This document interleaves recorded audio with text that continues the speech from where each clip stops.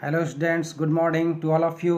मैं मिथिलेश कुमार दुबे अपने YouTube channel Mithilesh sir chemistry zone marvellous coaching centre Pandwa मोड़। आज मैं 12th क्लास का chapter 1 the solid state video class में शामिल कर रहा हूँ। ये चैप्टर बड़ा ही इम्पोर्टेंट है। हम लोग जानते हैं कि दुनिया में जितने भी पदार्थ हैं वो 5 स्टेट में पाए जाते हैं, 5 स्टेट्स में। कौन कौन?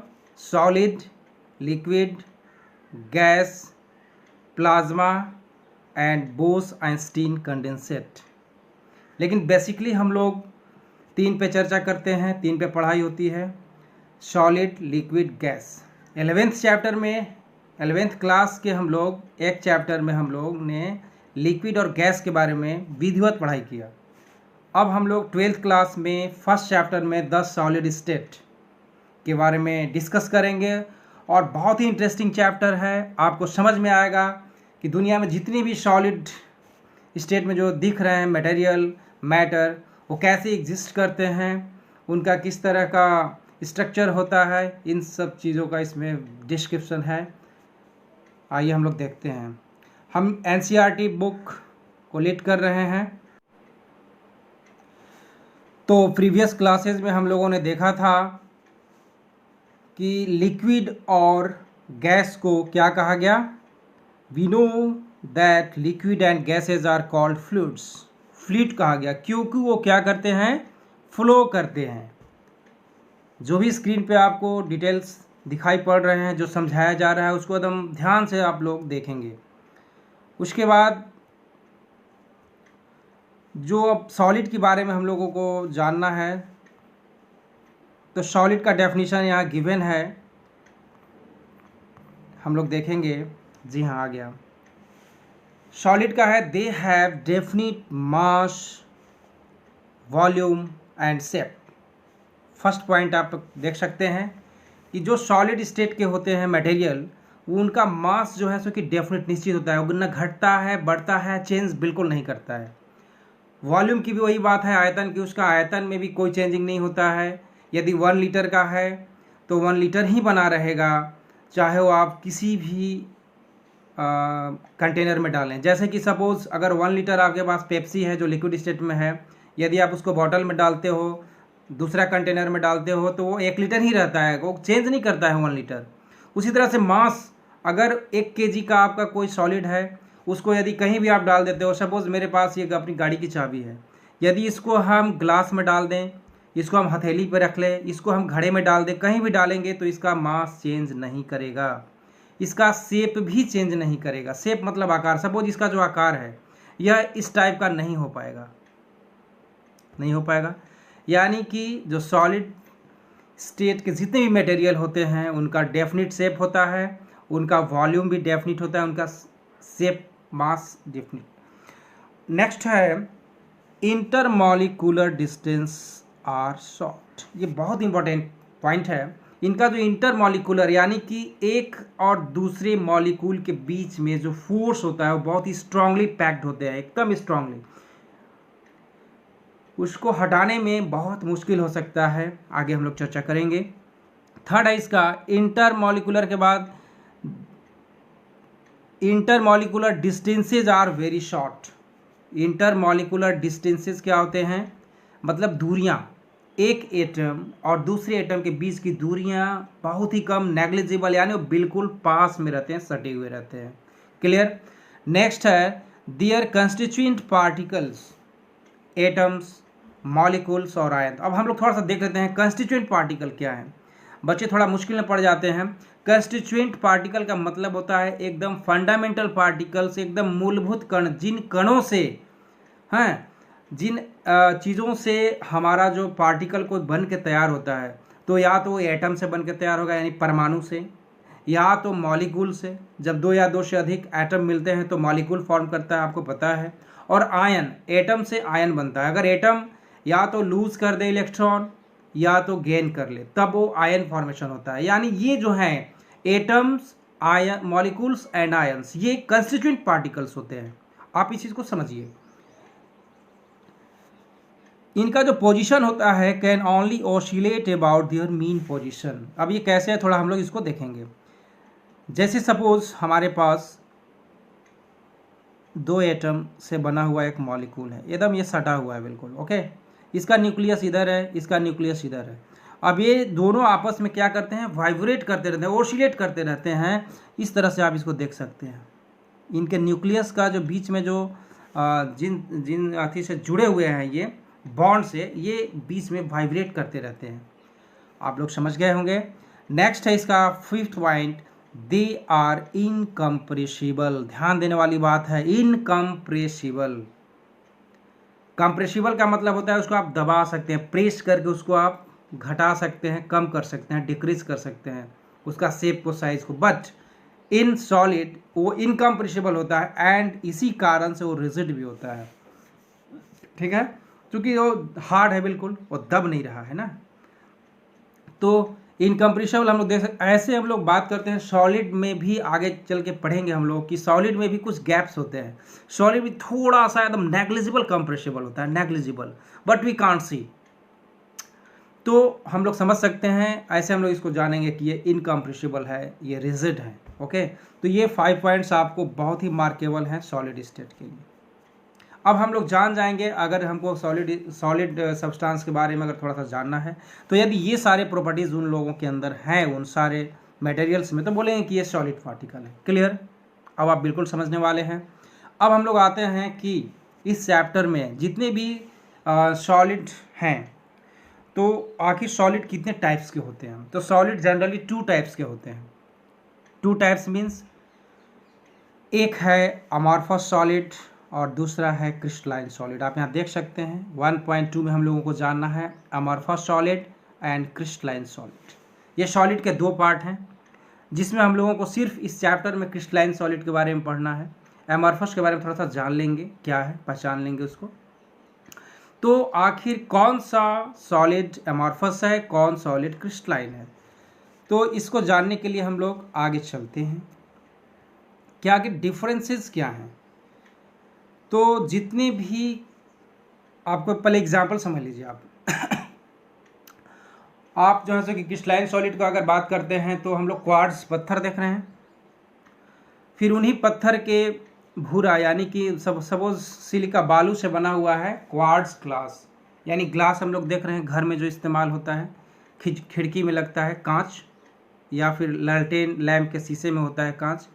तो वो कांच जो है वो अमॉर्फस सॉलिड का एग्जाम्पल है।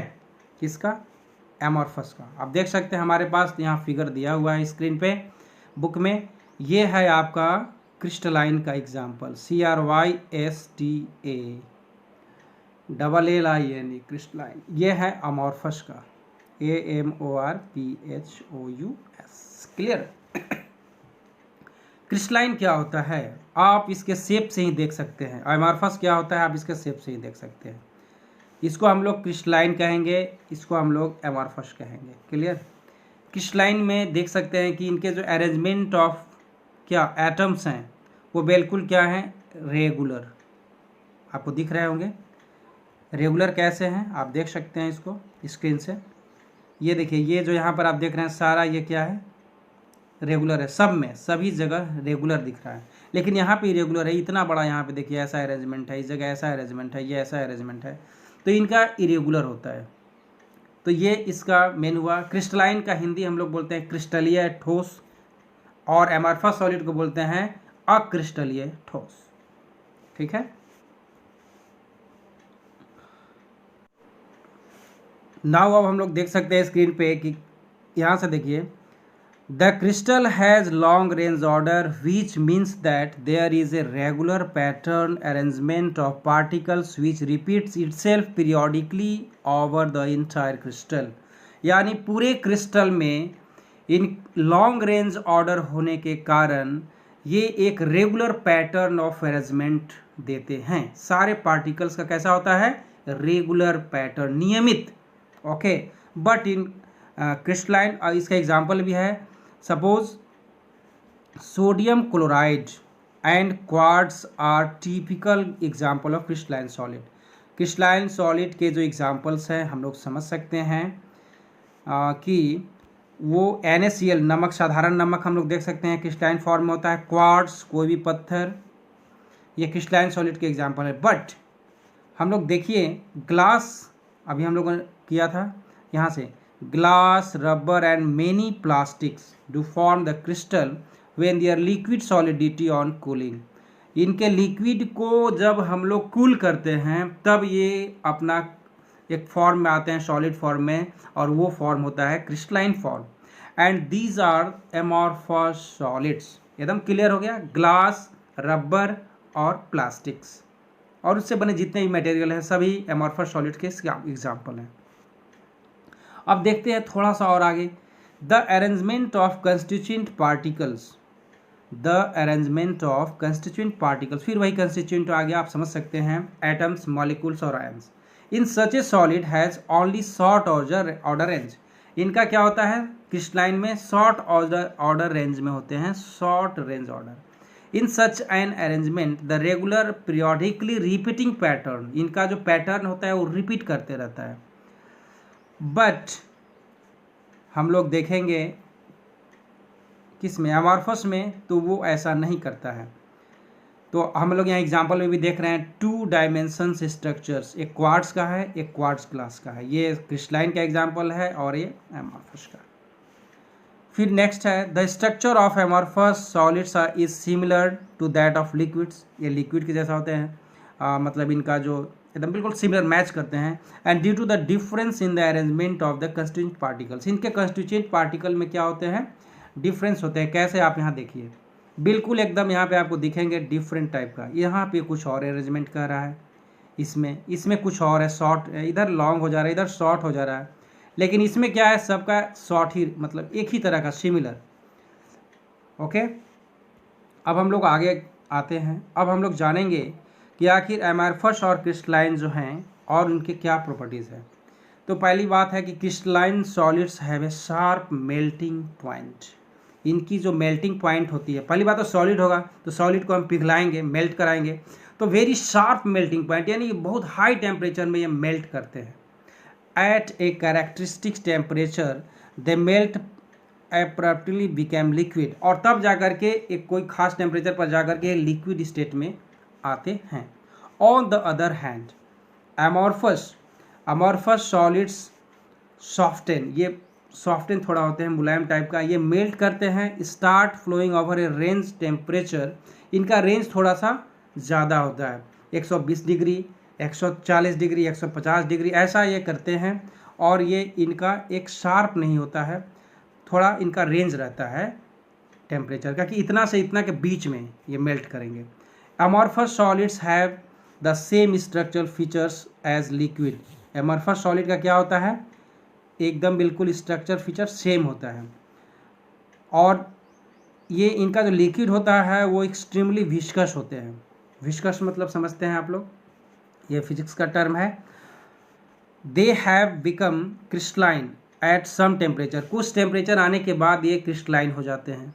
सम glass objects forms and ancient civilization are form become milky in appearance because of the some crystallization. कुछ क्रिस्टलाइजेशन प्रोसेस के तहत हम लोग एंशियंट टाइम्स में क्या करते थे, ये मिल्की टाइप के होते थे। And amorphous solids have tendency to flow. Amorphous solid का टेंडेंसी, इनकी प्रवृत्ति जो होती है फ्लो करने की होती है, वेरी स्लोली। इसका एक बेस्ट एग्जाम्पल अभी मैं देने जा रहा हूँ। और इसी कारण से जितने भी एमॉर्फस सॉलिड होते हैं इनको हम लोग सीडो सॉलिड के नाम से भी जानते हैं। जी हाँ, सीडो सॉलिड बहुत अच्छा है, ये क्वेश्चन भी बहुत इंपॉर्टेंट आता है। Why amorphous solid are known as क्या, सुपर कूल्ड लिक्विड या सीडो सॉलिड। तो इसका एग्जाम्पल हम लोग एक देख सकते हैं हमारे आसपास के जीवन में। मान लीजिए सपोज हमारे खिड़की में कांच लगी हुई है, कांच की खिड़की है, ये आप देख सकते हैं स्क्रीन पे। अब ये कांच का होता क्या है, 10 साल 20 साल के बाद जब हम इसको देखेंगे आफ्टर लॉन्ग पीरियड, तो ये कांच की जो, सपोज ये कांच मेरा इस विड्थ का है सपोज, अब वेरी लॉन्ग टाइम के बाद हम लोग देखेंगे तो इस कांच का क्या होने वाला है कि टॉप में ये पतला हो जाएगा नैरो और बॉटम में ये मोटा हो जाएगा आफ्टर लॉन्ग पीरियड। ओके, ज़्यादा समय के बाद ऊपर ये पतला हो जाएगा और नीचे मोटा हो जाएगा। ऊपर क्योंकि ये फ्लो किया, ध्यान दीजिएगा, ऊपर से नीचे की तरफ फ्लो कर रहा है due to gravity. Gravitation force हमेशा हर एक पदार्थ को अर्थ की तरफ खींच रही है और इसी ग्रेविटेशन ऑफ अर्थ के कारण, गुरुत्वाकर्षण बल के कारण ये इसका फ्लो नीचे की तरफ हो रहा है। इसी कारण से इसका नाम क्या है, स्यूडो सॉलिड। और इसको सुपर कूल्ड लिक्विड भी कहा जाता है, क्योंकि जब ये एमॉर्फस फॉर्म में आ गया, लिक्विड से इसको एमॉर्फस फॉर्म में लाए, ठंडा करके कूल करके, तब ये सुपर कूल्ड लिक्विड के रूप में है। लिक्विड ही, क्योंकि दिख तो रहा है सॉलिड के फॉर्म में, लेकिन ये बिहेवियर क्या कर रहा है, लिक्विड वाली बिहेवियर कर रहा है। क्योंकि आफ्टर 10 to 20 ईयर्स हम लोग देखते हैं तो खिड़की की जो कांच होती है वो कांच ऊपर पतली हो जाएगी और नीचे मोटी, और जब हम लगाते हैं तो बिल्कुल एकदम स्लिम रहता है, लेकिन कुछ सालों के बाद ऊपर पतली हो जाएगी और नीचे मोटी। ओके, हो सकता है ब्रेक भी कर जाए। अगर 10-20 साल की पुरानी बिल्डिंगें होंगी और उसमें कांच लगा हुआ तो आप उसमें देख सकते हैं इसको एज ए प्रैक्टिकल। अब नेक्स्ट टर्म आता है कि एमॉर्फस सॉलिड जो हैं वो आइसोट्रॉपिक नेचर के होते हैं। ये बहुत ही इंपॉर्टेंट है इसको जानना, आइसोट्रॉपिक क्या है। तो आइसोट्रॉपिक को हम लोग थोड़ा सा हिंदी में समझे। आइसोट्रॉपिक का मतलब होता है समदैशिक। समदैशिक का मतलब हो गया कि आइसोट्रॉपिक क्या होगा, सभी दिशाओं में। इसको हम लोग ऐसे समझ सकते हैं, अगर हम लोग एमॉर्फस को हम लोग अगर SD से अगर इंडिकेट करते हैं, SD, ओके, SD का मतलब होता है सेम, इन, डिफरेंट। S का मतलब हो जाएगा सेम और इसका मतलब हो जाएगा डिफरेंट, यानी कि डिफरेंट डायरेक्शन में इनका जो अरेंजमेंट होता है वो सेम होता है। और इसको हम लोग IAS के नाम से, मतलब IAS ये एक सिंबॉलिक फॉर्म हम बता रहे हैं आपको याद रखने के लिए, ऐसा कुछ टर्म नहीं है, बुकी टर्म नहीं है।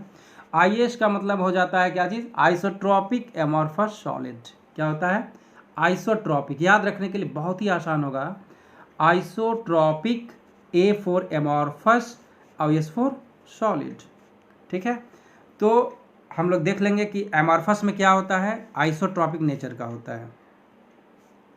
एमॉर्फस में क्या हो जाएगा, आइसोट्रॉपिक नेचर होगा, और ये हमेशा क्या होगा, सेम होगा इन डिफरेंट डायरेक्शन। एकदम याद रख लेना है, SD और IAS। SD means same direction, IAS मतलब यहाँ पर देख लीजिए आइसोट्रॉपिक इन एमॉर्फस सॉलिड। एकदम क्लियर हो गया। इसको हम लोग एक और टर्म से समझ सकते हैं विथ एग्जाम्पल। आप लोग देख सकते हैं कि अगर सपोज हमारे पास एक अरेंजमेंट है इस तरह का, इस तरह से एटम हैं क्रिस्टलाइन सॉलिड के, सॉरी एमॉर्फस सॉलिड के, तो इसका जो ऑर्डर होगा, पहले हम लोग इसको सजा लेते हैं, ऐसे ऐसे A लिख लेना है और सेम ये में डिस्टेंस पे। ओके, अब आप इसको देखिए, अगर इसका हम लोग ऑर्डर देखना चाहते हैं डायरेक्शन में, तो मान लीजिए एक मेरा ये डायरेक्शन हुआ, सपोज मेरा एक ये डायरेक्शन हुआ, ठीक है, एक मेरा दूसरा डायरेक्शन हम लोग ले रहे हैं, एक मेरा डायरेक्शन ये हुआ, एक और डायरेक्शन ले रहे हैं, सपोज ये डायरेक्शन। तो जिस किसी में भी डायरेक्शन में जा रहे हैं तो मेरा ए पैटर्न आ रहा है, ए ऐसे आए तो ए देख रहे हैं ना, ये सारा पैटर्न एकदम एक ही है, यानी कि मेरा SD इसमें फॉलो कर गया, यानी कि सेम डायरेक्शन।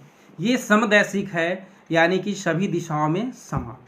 ये है आइसोट्रॉपिक नेचर किसका, एमॉर्फस सॉलिड का। ओके, अब हम लोग आते हैं क्रिस्टलाइन सॉलिड में। क्रिस्टलाइन सॉलिड में क्या होता है, बिल्कुल इसका डिफरेंट, उसको एनिसोट्रॉपिक कहते हैं। क्रिस्टलाइन सॉलिड का विषमदैशिक, एनिसोट्रॉपिक विषमदैशिक, यानी इसमें क्या होता है, इसका हम लोग एक ले लेते हैं एग्जांपल DD का मतलब हो गया डिफरेंट डायरेक्शन। डी से आप लिख सकते हैं डिफरेंट, डिफरेंट मतलब अलग अलग, और इस D का मतलब होगा डायरेक्शन। ओके, ये अलग अलग डायरेक्शन में अलग अलग रहेंगे। कैसे, इसको हम लोग देख सकते हैं। सपोज मेरे पास लेते हैं इस बार थोड़ा सा चेंज करेंगे, A B A B A B, ऐसा कुछ। ओके, ये इसका पैटर्न है। यहाँ आप चेंज कर देंगे B A, different B A, फिर B A B A B A, फिर इसको A B A B A B, इस तरह से आप देख सकते हैं स्क्रीन पे जो आ रहा है बी ए। ओके, अब इसमें हम लोग डायरेक्शन की देखते हैं। डायरेक्शन हम लोग क्या करते हैं, डायरेक्शन आने के बाद आप देखिए, एक ये डायरेक्शन हम लोगों ने लिया, एक हम लोग डायरेक्शन लिया ए, एक अलग डायरेक्शन लेता हूँ ये। तो आप इसमें देखिएगा कि अलग अलग डायरेक्शन में विषम दैशिक यानी कि डिफरेंट आ रहा है। कैसे, इस डायरेक्शन में हम लोगों ने आया तो बी ए बी ऐसा पैटर्न आ रहा है, इस डायरेक्शन में गया तो ए ऐसा पैटर्न आ रहा है, इसमें आ गया तो बी बी बी बी। तो ये जिस डायरेक्शन में भी हम लोग जा रहे हैं वो अलग अलग दे रहा है, यानी कि ये क्रिस्टलाइन सॉलिड में ये विषम दैशिक रेंज ऑफ ऑर्डर जो हैं वो क्या होते हैं, एक जैसा नहीं होते हैं, डिफरेंट होते हैं। अब इसका एक और है कि इसको हम लोग AC से भी इंडिकेट करते हैं। AC क्या है, आप देख सकते हैं AC का मतलब होता है एनिसोट्रॉपिक इन क्रिस्टलाइन सॉलिड। ये समझने के लिए मैं ये एक टर्म रखा हूँ, ऐसा नहीं है कि ये कुछ AC है, मतलब AC है, हम लोग समझ सकते हैं कि क्रिस्टलाइन सॉलिड के लिए A for anisotropic and C for crystalline. तो इसमें क्या है कि इसका आपने ऑर्डर देखा कि ये जिस डायरेक्शन में भी जाएंगे डिफरेंट पैटर्न दे रहा है। तो ये क्रिस्टलाइन सॉलिड और एमॉर्फस सॉलिड में हम लोग आइसोट्रॉपिक और एनिसोट्रॉपिक के फॉर्म में भी हम लोगों ने समझा। अब हम लोग आगे देखते हैं, ये देखिए यहाँ फिगर में भी समझाया हुआ है, ये एनिसोट्रॉपिक का बेस्ट एग्जाम्पल है एनिसोट्रॉपिक। इसका ऑर्डर देखिए अलग अलग ऑर्डर आ रहा है। अब अगर इसी को ऐसे देखता है तो इसमें देखिए ये ऑर्डर कुछ सेम आ रहा है। अगर इसको हम लोग ऐसे खींच देते हैं, इसका ऑर्डर कुछ और है, इसका ऑर्डर कुछ और है। तो इस तरीक़ा से हम देख सकते हैं कि ये क्रिस्टलाइन सॉलिड का बेस्ट एग्जाम्पल है। अब यहाँ पर देखिए हम लोग देखते हैं, ये एग्ज़ाम में काफ़ी बार एग्ज़ाम में पूछता है जैकबोर्ड में कि राइट द डिफरेंस बिटवीन और crystalline solids and amorphous solid. तो हम लोग एक एक करके देखते हैं, सारा टर्म यहाँ समझाया हुआ है, आप लोग नोट कर लेंगे इसको। मेरा मेन बेसिक फंक्शन है कि हमको समझाना। तो पहले हम लोग शेप पे चर्चा करते हैं। किस पे चर्चा कर रहे हैं हम लोग, शेप पे। शेप क्या होता है, तो इसका शेप है कि डेफिनिट कैरेक्टरिस्टिक ज्योमेट्रिकल शेप। एकदम इसका जो भी शेप होता है ज्योमेट्रिकल शेप, वो क्रिस्टलाइन सॉलिड का क्या होता है, डेफिनिट यानी निश्चित होता है, और इनका बेचारे का इरेगुलर होता है एमॉर्फस का। ओके, समझ गए। नेक्स्ट है अब मेल्ट एट ए शार्प टेम्परेचर कैरेक्टरिस्टिक। कैसा होना चाहिए, तो इनका एकदम शार्प होगा कि एकदम इतने डिग्री सेल्सियस पे मेल्ट करेगा, और इससे आगे जाएंगे कम होंगे, नहीं करेगा। ग्रेजुअली सॉफ्टन, इसका देख लीजिए आप लोग, gradually soften over a range of temperature. इनका थोड़ा सा रेंज लंबा, ज़्यादा रेंज में आता है किसी भी का। अगर हम लोग इसका सपोज ट्यूब ले लेते हैं, इसका एग्जांपल बेस्ट, ग्लास भी ले लेते हैं, कांच, और फिर हम कोई प्लास्टिक ही ले लेते हैं, तो अलग अलग रेंज ऑर्डर में इनको पिघला करके बनाया जाता है। अब हम लोग क्लीवेज पे चर्चा करते हैं। क्लीवेज को बोलते हैं विदलन। क्लीवेज प्रॉपर्टी क्या है देख सकते हैं आप लोग।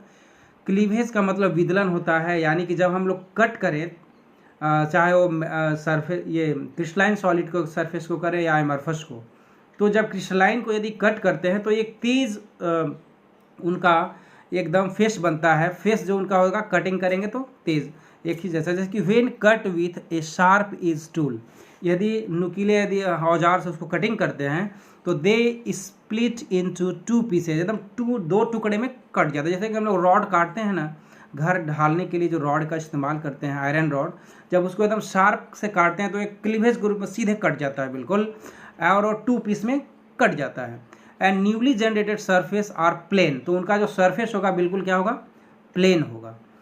बट इन एमॉर्फस में देखिए आप, एमॉर्फस में क्या है, when cut with sharp edge, यदि आप किसी रबर को, किसी प्लास्टिक को यदि काटते हैं, क्यों ट्यूब या टायर है, वो भी एमॉर्फस का एग्जांपल है, एमॉर्फस सॉलिड का। ट्यूब या टायर को हम लोग कट करते हैं तो क्या करता है, वो इरेगुलर शेप देता है। ऐसे भी हम लोग ट्यूब देखिए कट मार के अगर हम लोग पंचर बनाए जाते हैं साइकिल या मोटरसाइकिल वाले के पास, तो ट्यूब काटता है तो वो डिसऑर्डर कट जाता है, मतलब वो फाड़ते हैं फिर ऐसे तो इधर से उधर भाग जाता है उसका, तो डिसऑर्डर फॉर्म में होता है, उसका क्लीवेज क्या होता है, प्रॉपर नहीं होता है।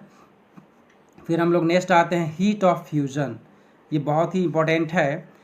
They have a definite and characteristic enthalpy of fusion and they do not have definite enthalpy of fusion. इनका जो है सो कि डेफिनिट नहीं होता है फ्यूजन का, और इनका क्या होता है, डेफिनिट होता है। अब नेक्स्ट हम लोग आगे टर्म में देखते हैं एनिसोट्रॉपी। अभी हम लोग जस्ट पढ़ चुके हैं कि ये क्रिस्टलाइन जो होते हैं वो एनिसोट्रॉपिक नेचर के होते हैं, विषमदैशिक ये समदैशिक होते हैं, अभी हम लोग डिटेल्स पढ़े थे। अब नेचर ऑर्डर, नेचर इनका क्या है, तो ये ट्रू सॉलिड होते हैं। ट्रू सॉलिड का मतलब हो गया कि ये और ये स्यूडो सॉलिड होते हैं, यानी कि ट्रू का मतलब क्या हो गया, और ये स्यूडो सॉलिड और सुपर सॉलिड, ये असली कह सकते हैं ठेठ हिंदी में कि ये असली होते हैं और ये नकली होते हैं। क्लियर। फिर है order in arrangement of constituent particle. Order इनका लॉन्ग रेंज ऑर्डर होता है, इनका शॉर्ट रेंज ऑर्डर एमॉर्फस का। तो इस तरीक़ा से हम लोगों ने देखा क्रिस्टलाइन और ये एमॉर्फस सॉलिड के बारे में, और नेक्स्ट वीडियो में हम लोग आगे इसके टर्म को लेकर के आएंगे, जिसका रहेगा 1.3 classification of crystalline solid. Okay, thank you.